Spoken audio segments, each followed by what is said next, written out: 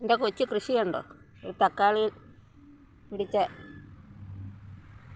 ഇത്രയും എല്ലാം പഴുത്ത് വിറ്റാറായി. അത് നിങ്ങളെ ഒന്ന് കാണിച്ചിട്ട് വിറ്റാമെന്ന് വിചാരിച്ച.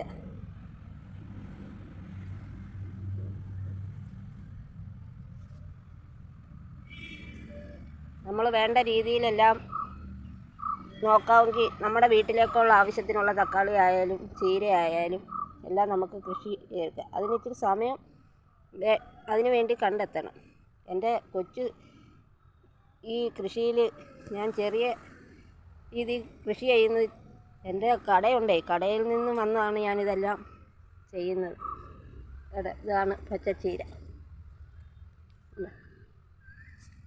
ഇത് വേറൊരു ഇനം ചീരയാണ്. അത് ഒരു മൂടേ കിട്ടിയിട്ടുള്ളൂ. അതിന് ഞാൻ വിത്തിനായിട്ട് നിർത്തിയേക്കും. അത് പിടിച്ച് കിട്ടിയിട്ട് വേണം എൻ്റെ അരി എടുക്കാൻ.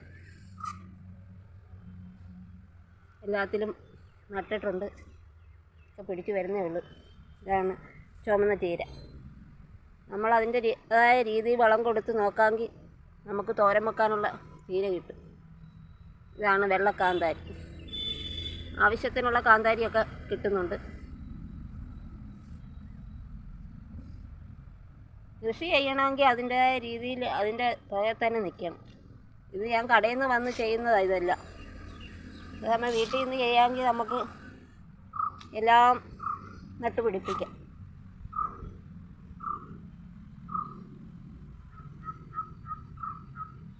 ഒരു ഇച്ചിരി കൈപ്പഴ വന്നു പോയാൽ ഇതെല്ലാം നശിച്ചു പോകും. നമ്മൾ അതിൻ്റെതായ രീതി നോക്കിയെങ്കിലേ ഇതൊക്കെ പ്രയോജനപ്പെട്ട് കിട്ടത്തുള്ളൂ. ചീരയ്ക്കെന്ന് പറഞ്ഞാൽ അതിന് ഗോമൂത്രം തളിക്കാം.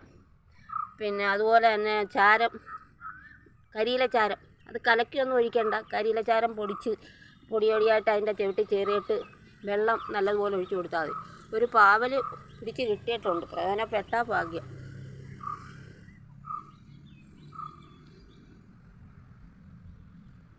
എല്ലാത്തിലും കുറേശ്ശെയൊക്കെ നട്ടിട്ടുണ്ട്, ഒക്കെ പിടിച്ച് വരുന്നതേ ഉള്ളൂ.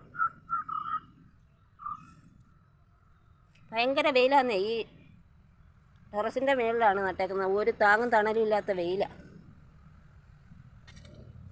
ഇത് 2-3 മുന്തിരി മേടിച്ച് നട്ടതാണ്, പിടിച്ച് വരുന്നുണ്ട്. ഉണ്ട്, ഇങ്ങനെ പടത്തിയിട്ടുണ്ട്. ഇനി ഇതിന് ഇച്ചിരി ജോലിപ്പാടാണ്. പിന്നെ ഒരു പന്തൽ പോലൊക്കെ ഇട്ട് പടത്തണം. അതെനിക്കറിയത്തില്ലായിരുന്നു. എന്നോടൊരാൾ പറഞ്ഞു തന്നു ഇത് പടത്തിയെങ്കിലേ പിടിക്കത്തുള്ളൂ. ഞാനിങ്ങനെയൊക്കെ ചെയ്ത് വെച്ചിട്ടുണ്ട്, സമയമില്ലാത്തതുകൊണ്ടാണ്. ഉണ്ട്, വേറൊരു കൂടി തക്കാളി, അത് പൂത്ത് വരുന്നുണ്ട്. കാ പിടിച്ചിട്ടില്ല, പൂത്തതേ ഉള്ളൂ.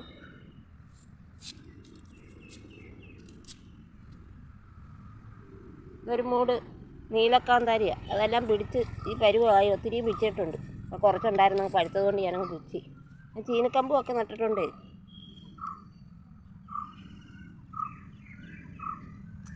ഇത് നമ്മുടെ തെറ്റി. ഇത് ഒരു ഓറഞ്ചിൻ്റെ അരിയാനിട്ട് കിളിപ്പിച്ചതാണ്. ഓറഞ്ചാണെന്ന് തോന്നുന്നു.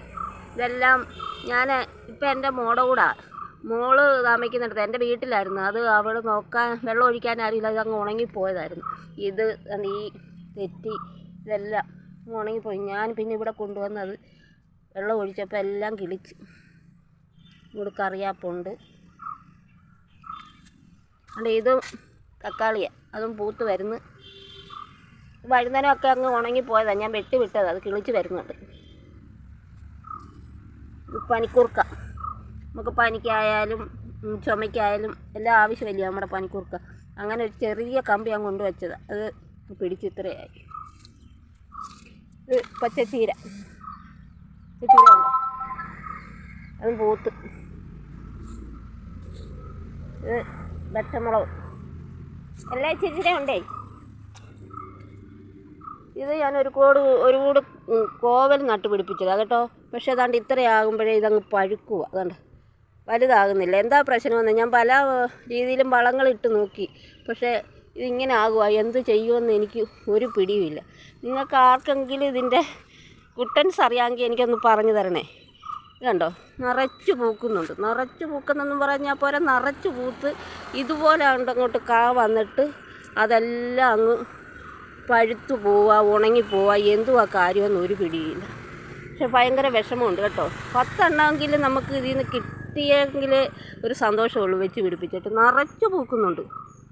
ഇത് ചെയ്യുമെന്ന്. അതുപോലെ പയറുണ്ട്, ചീനിക്കമ്പ് നട്ടിട്ടുണ്ട്. ഇതും ഉണങ്ങിപ്പോയ ഒരു നാരകമാണേ, അതും ഞാനിവിടെ കൊണ്ടുവന്ന് വെള്ളം ഒഴിച്ച് എല്ലാം കിളിക്കാൻ തുടങ്ങി. അതുപോലെ കപ്പക്കിഴങ്ങ് ഉണ്ട്. ഇത് നമ്മുടെ കുറ്റിക്കുരുമുളകാണ്, അതും പിടിച്ച് വരുന്നു.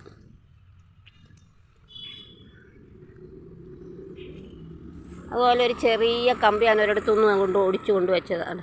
പൂവൊക്കെ നിറച്ച് പൂ പിടിച്ച് കിട്ടി.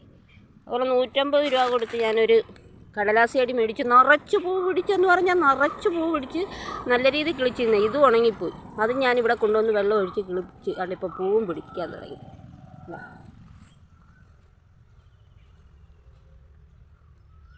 അതുപോലെ 10 മണിച്ചെടി ഉണ്ട്, ഒക്കെ നിറച്ച് പൂ പിടിക്കും.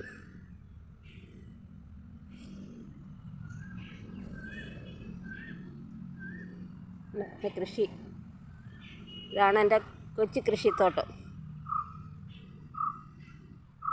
എല്ലാം ചെറിയ രീതിയിലെല്ലാം ഞാൻ നട്ടിട്ടുണ്ട്. എന്നെ കൊണ്ടൊക്കുന്ന രീതിയിൽ സമയം കണ്ടെത്തി ചെയ്യുന്നതാണ് ഇതെല്ലാം.